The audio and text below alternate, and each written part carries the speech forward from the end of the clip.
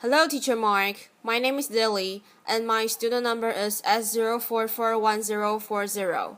I'm a freshman. The speech title is Regina Hartley, Why the Best Hire Might Not Have the Perfect Resume. Your company launches a search for an open position.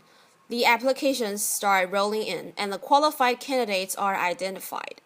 Now the choosing begins. Person A, Ivy League, 4.0, flawless resume, great recommendations, all the right stuff. Person B, state school, fair amount of job hopping, and odd jobs like cashier and singing waitress. But remember, both are qualified. So I ask you, who are you going to pick? My colleagues and I created very official terms to describe two distinct categories of candidates. We call A the silver spoon, the one who clearly had advantages and was destined for success. And we call B the scrapper, the one who had to fight against tremendous odds to get to the same point. You just heard a human resources director refer to people as silver spoons and scrappers. Laughter, which is not exactly politically correct and sounds a bit judgmental. But before my human resources certification gets revoked, laughter. Let me explain. A resume tells a story, and over the years, I've learned something about people whose experiences read like a patchwork quilt. That makes me stop and fully consider them before tossing their resumes away. A series of odd jobs may indicate inconsistency, lack of focus, unpredictability, or it may signal a committed struggle against obstacles. At the very least, the scrapper deserves an interview. To be clear, I don't hold anything against the silver spoon. Getting into and graduating from an elite university takes a lot of hard work and sacrifice. But if your whole life has been engineered toward success, how will you handle the tough times? One person I hired felt that because he attended an elite university, there were certain assignments that were beneath him, like temporarily doing manual labor to better understand an operation. Eventually, he quit. But on the flip side, what happens when your whole life is destined for failure and you actually succeed? I want to urge you to interview the scrapper. I know a lot about this because I am a scrapper. Before I was born, my father was diagnosed with paranoid schizophrenia, and he couldn't hold a job in spite of his brilliance. Our lives were one part cuckoo's nest, one part awakenings, and one part a beautiful mind. Laughter. I'm the fourth of 5 children raised by a single mother in a rough neighborhood in Brooklyn, New York. We never owned a home, a car, a washing machine, and for most of my childhood, we didn't even have a telephone.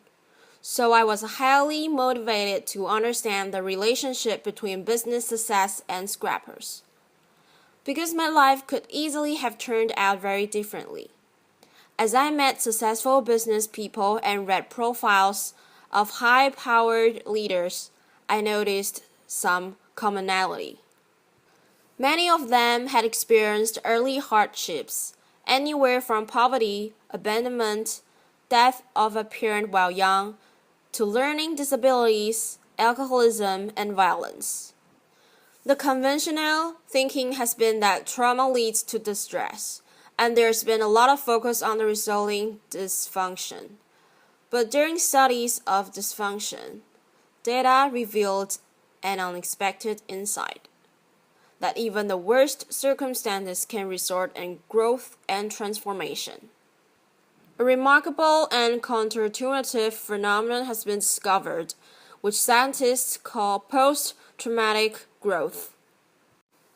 In one study designed to measure the effects of adversity on children at risk among a subset of 698 children who experienced the most severe and extreme conditions, fully one-third grew up to lead healthy, successful, and productive lives. In spite of everything and against tremendous odds, they succeeded. One-third. Take this resume. This guy's parents give him up for adoption. He never finishes college. He job hops quite a bit. Goes on a sojourn to India for a year.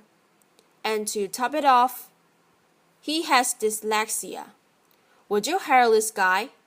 His name is Steve Jobs. In a study of the world's most highly successful entrepreneurs, it turns out a disproportionate number have dyslexia. In the US, 35% of the entrepreneurs studied had dyslexia. What's remarkable? Among those entrepreneurs who experienced post-traumatic growth, they now view their learning disability as a desirable difficulty which provided them an advantage because they became better listeners and paid greater attention to detail. They don't think they are who they are in spite of adversity. They know they are who they are because of adversity. They embrace their trauma and hardships as key elements of who they've become and know that without those experiences, they might not have developed the muscle and grit required to become successful. One of my colleagues had his life completely unended as a result of the Chinese Cultural Revolution in 1966. At age 13, his parents were relocated to the countryside.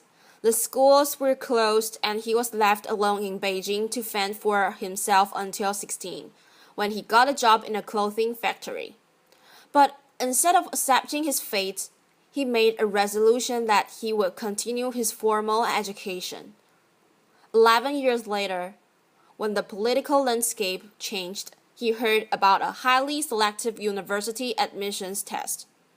He had 3 months to learn the entire curriculum of middle and high school.